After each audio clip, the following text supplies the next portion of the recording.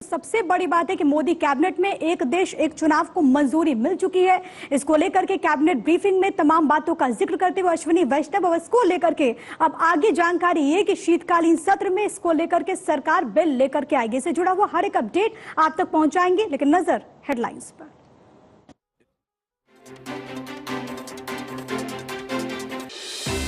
एक देश एक चुनाव के प्रस्ताव को मंजूरी मिल चुकी है क्योंकि सबकी निगाहें इस पर बनी हुई थी और उसको लेकर के इंतजार था, क्योंकि जो समय दिया गया था 3 बजे का कि ब्रीफिंग की जाएगी, उसको लेकर ब्रीफिंग भी की गई है कि किस तरह से इस पर आगे काम किया जाना है और किया जाना बहुत जरूरी है, क्योंकि कई ऐसी पार्टियां हैं जिन्होंने किसको सपोर्ट किया है, पर कई ऐसी पार्टी है जिन्होंने बिल्कुल सपोर्ट नहीं किया। पहले से ही इसको लेकर के विरोध जताया जा रहा था और 32 राजनीतिक दल ऐसे हैं जिन्होंने की इसका समर्थन किया है।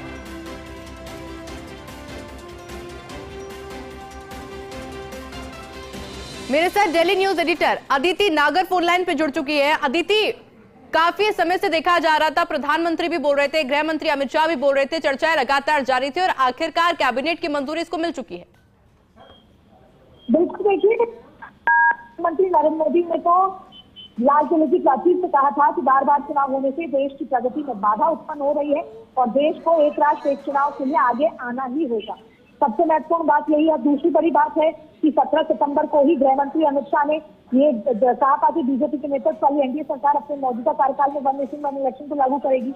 इसके अलावा आप देखिए कि सबसे महत्वपूर्ण बात यह है कि पूर्व राष्ट्रपति रामनाथ कोविंद की अगुवाई में जो समिति बनी थी उसने 62 राजनीतिक पार्टियों से संपर्क किया था और इसमें से 32 ने एक देश एक चुनाव का समर्थन किया। 15 पार्टियों ने कोई जवाब नहीं दिया, 15 पार्टियों ने विरोध किया, जिसमें से कांग्रेस है जो आज भी मल्लिकार्जुन खड़गे कह रहे हैं ये प्रैक्टिकल है। अब तीसरी बात समझिए कि सबसे महत्वपूर्ण बात यह है कि लंबे समय से बीजेपी के मैनिफेस्टो में भी था, बीजेपी का वादा था, ये 2 चीजें करता है। पहला, समय बचाता है, दूसरा पैसा बचाता है। हर 2 महीने में देश चुनाव फेस करता है और हर 2 महीने में किसी न किसी राज्य में 45 दिन के लिए आचार संहिता लगती है। उससे केंद्र द्वारा दिए गए जो काम है वो बाधा होते हैं और प्रदेश की सरकार के जो काम है उसकी रेगुलरिटी पे बाधा होता है, यानी कि एक डिसिप्लिन। आप इमेजिन कीजिए कि किस तरीके से वन नेशन वन इलेक्शन की जो सिफारिश की गई है उसमें उन तमाम बातों का जिक्र किया गया है और जिक्र था कि कैसे जो तमाम रिपोर्ट आपको बताऊं 1951 से 67 के बीच में एक साथ चुनाव रिपोर्ट इश्यूज कार्य समिति में, फिर विधि आयोग ने 170 रिपोर्ट का जिक्र किया जिसमें भी कहा गया था कि एक साथ चुनाव होने चाहिए। संसदीय समिति की 79 रिपोर्ट में भी कहा गया कि 2 चरणों में एक साथ चुनाव होने चाहिए और श्री रामनाथ कोविंद की अध्यक्षता वाली उच्च स्तरीय कमेटी में भी राजनीतिक दलों और विशेषज्ञों सहित विभिन्न हितधारकों और व्यापक परामर्श के बाद यही कहा कि हर चुनाव चाहे लोकसभा विधानसभा सब 5 साल में होने चाहिए और फिर एक सिस्टम के साथ 5 साल सरकारें चलनी चाहिए। अब देखिए इसमें बहुत सारे संशोधन की भी जरूरत है, बहुत सारे संशोधन होने बाकी हैं। इसके साथ साथ सबसे बड़ी बात है कि इसको शीतकालीन सत्र में लाया जाएगा उन संशोधनों के लिए, और कई संशोधन ऐसे हैं जिसके लिए जरूरत नहीं है कि विधानसभा की तरफ से भी उसको उसका अप्रूवल दिया जाए। साथ में सिफारिश की गई है कि क्रियान्वयन पर नजर बनाए रखने के लिए क्रियान्वयन समूह को गठित किया जाए। इसके साथ साथ बहुत बड़ा प्रोजेक्ट है ये, संसाधन विकास सामाजिक एकजुटता, ये एक बहुत बड़ा पूरा प्रोजेक्ट होगा जिसको 4 साल लगेंगे। पर आप ये तय मान लीजिए, आज की तारीख को गिन लीजिए और फिर 2029 में चुनाव समझ लीजिए कि देश में ये भी कहा गया है कि देश का चुनाव सारी विधानसभाओं का एक साथ होगा और 100 दिन के अंदर पंचायत के चुनाव एक साथ होंगे। बात यह है कि कमेटी की 18वें संवैधानिक संशोधन की सिफारिश की गई है जिसमें अधिकांश को राज्य विधानसभा द्वारा अनुसमर्थन की आवश्यकताएं नहीं होंगी। यानी इस कमेटी ने कहा है कि 18 संवैधानिक संशोधनों की जरूरत है जो कि पार्लियामेंट में होंगे, लेकिन उसके लिए किसी भी विधानसभा द्वारा अनुसमर्थन की आवश्यकता नहीं होगी। इसके अलावा संवैधानिक संशोधन विधेयक की आवश्यकता होगी जिसमें संसद द्वारा पारित करने की जरूरत होगी।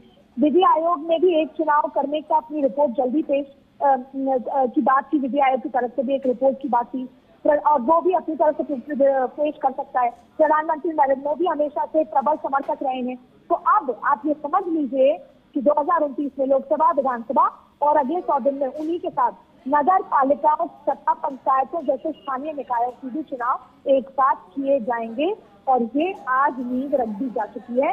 अब देखिए, चाहे फिर राम मंदिर था, चाहे महिला आरक्षण था, चाहे फिर 370 था और अब एक देश एक चुनाव, ये मैनिफेस्टो के दो बड़े वादे थे जो नरेंद्र मोदी ने कहा था कि मोदी कह रहा है तो वो मुमकिन हो और हर एक चीज को धीरे धीरे मुमकिन किया जा रहा है। और ये बात समझ लेनी चाहिए कि जब भी इस तरह की, जब अभी हाल ही में स्वतंत्रता दिवस पर उनका बयान आया पर इस बात की चर्चा थी कि अब मोदी जी के मुंह से निकला है और मोदी 3.0 हुआ है तो कुछ ना कुछ होगा ये लागू। अब देखिए 100 दिन 17 तारीख को पूरे हुए, आज 18वां तारीख है, 101वें दिन उन्होंने ये बड़ी घोषणा कर दी और उसके बाद अब इसको लागू किया जाएगा।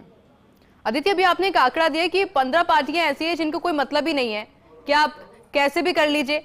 15 पार्टियां ऐसी है जो कि विरोध जताती हुई नजर आ रही है। ऐसे में जो गृह मंत्री अमित शाह के द्वारा कहा गया था कि मौजूदा कार्यकाल में ही लागू करवाया जाएगा, 2029 का जो टारगेट रखा गया है, ऐसी पूरी पॉसिबिलिटीज है या फिर कोई परेशानी आ सकती है कि विरोध जताया जाए बाकी पार्टीज के द्वारा? देखिए, तो निश्चित तौर पे जब आएगा तब विरोध जताया जाएगा, लेकिन पार्लियामेंट की मैथमेटिक्स आंकड़ों से जुड़ी है, राजनीति आंकड़ों से जुड़ी है, तो जाहिर तौर पे आंकड़ों के लिहाज से लोकसभा में ये जो जेडीयू है या तमाम जो राजनीतिक दल है जो अलायंस में है उनसे अप्रूवल ले लिया है। राज्यसभा में भी कहीं ना कहीं आंकड़े पूरे होते नजर आ रहे हैं और कई ऐसे पार्टीज हैं जो भले ही आज साथ नहीं है लेकिन कई ऐसे मसलों पर साथ हो जाती हैं। तो जब नरेंद्र मोदी अमित शाह कोई काम को जमीन पर धरातल पे उतारते हैं, पार्लियामेंट में उसकी मंजूरी वो अपनी जिम्मेदारी समझते हैं, चाहे फिर वो महिला आरक्षण की बिल की बात ही चाहे अभी, ऐसे में आंकड़ों से अप्रूवल मिलेगा, विरोध होगा, तमाम चीजें होंगी, लेकिन शायद देश की जनता को भी एक देश एक चुनाव उस तरीके से राजनीतिक मुद्दा नहीं लेगा क्योंकि जनता के हाम के लिए नहीं है। जनता खुद कई बार हर 2 महीने में चुनाव के चलते बहुत सारे उलझनों में फंस जाती है। तो कहीं ना कहीं जनता के बीच में जब एक देश एक चुनाव की वकालत की है आज तक भी, तभी यही बताया गया है कि सिस्टम प्रॉपरली काम करे, 5 साल तक लगातार गवर्नेंस अच्छी हो, उसके लिए तो ये गुड गवर्नेंस का है। इससे कहीं ना कहीं विपक्षी दल भी इसको बहुत ज्यादा विरोध नहीं करेंगे। ये बात अलग है कि इसके पीछे जो विपक्षी दलों का डर है वो अलग डर है। डर ये है कि जब एक साथ चुनाव होता है तो साइकोलॉजी और सर्वे ये कहता है कि फिर देखिए, आपने हमेशा एक बात सुनी होगी कि जब लोकसभा चुनाव होते हैं तो लोग अलग पैटर्न से वोट करते हैं और जब विधानसभा चुनाव होते हैं तो लोग अलग पैटर्न से वोट करते हैं। लेकिन जब एक साथ सब चुनाव होते हैं तो एक ही माइंडसेट के साथ जनता वोट करती है। तो कहीं ना कहीं भारतीय जनता पार्टी से जुड़े लोगों से जब हम बात करते हैं तो उनका ये मानना है कि जब एक देश एक चुनाव होगा तो राज्यों में भी एक तरह की वोटिंग पैटर्न होगा और देश में भी एक ही तरह का वोटिंग पैटर्न होगा। और कहीं ना कहीं बीजेपी को इस बात का विश्वास है कि इसका फायदा बीजेपी को मिल सकता है। तो ये पॉलिटिकली मतभेद जो है वो यहाँ पर आता है, क्योंकि आपने देखा कि अभी जब 2024 के चुनाव हुए तो बहुत सारे राज्यों में चुनाव हुए लेकिन उसके नतीजे अलग अलग थे। तो और वैसे ही आपने देखा कि राजस्थान, मध्य प्रदेश, छत्तीसगढ़ में चुनाव हुए, विधानसभा के बीजेपी जीती, लेकिन वहीं जब लोकसभा के हुए तो बीजेपी का प्रदर्शन इतना अच्छा राजस्थान में नहीं रहा, उत्तर प्रदेश में नहीं रहा। तो कहीं ना कहीं इसके पीछे की राजनीति और उसके पीछे को डिकोड करने का यही मसला है कि जब लोग 2029 में चुनाव करने वोट करने निकलेंगे तो वो एक ही माइंडसेट के साथ निकलेंगे और हर जगह वो एक ही माइंडसेट और एक ही लीडर के साथ चुनाव देंगे। अब आप ये प्रक्रिया समझे कि बीजेपी अक्सर ये बात कहती है कि डबल इंजन की सरकार, यहाँ पर ये डबल इंजन बहुत महत्वपूर्ण होता है कि अगर केंद्र में भी एक ही पार्टी हो, एक ही सरकार हो और राज्यों में भी एक ही सरकार हो तो प्रगति होती है, उन्नति होती है। तो अब बीजेपी डबल इंजन की सरकार का जो आप देखेंगे चुनाव प्रचार वो और तेज कर देगी। अभी भी डबल इंजन की सरकार के चलते कई राज्यों में चुनाव जीते गए हैं। तो अब अगर डबल इंजन का प्रचार होगा तो वो अपने आप में वन नेशन वन इलेक्शन के पीछे की रणनीति को आपके सामने खुलकर रख देगा। बिल्कुल अदिति, बहुत बहुत शुक्रिया आपका तमाम जानकारी के लिए।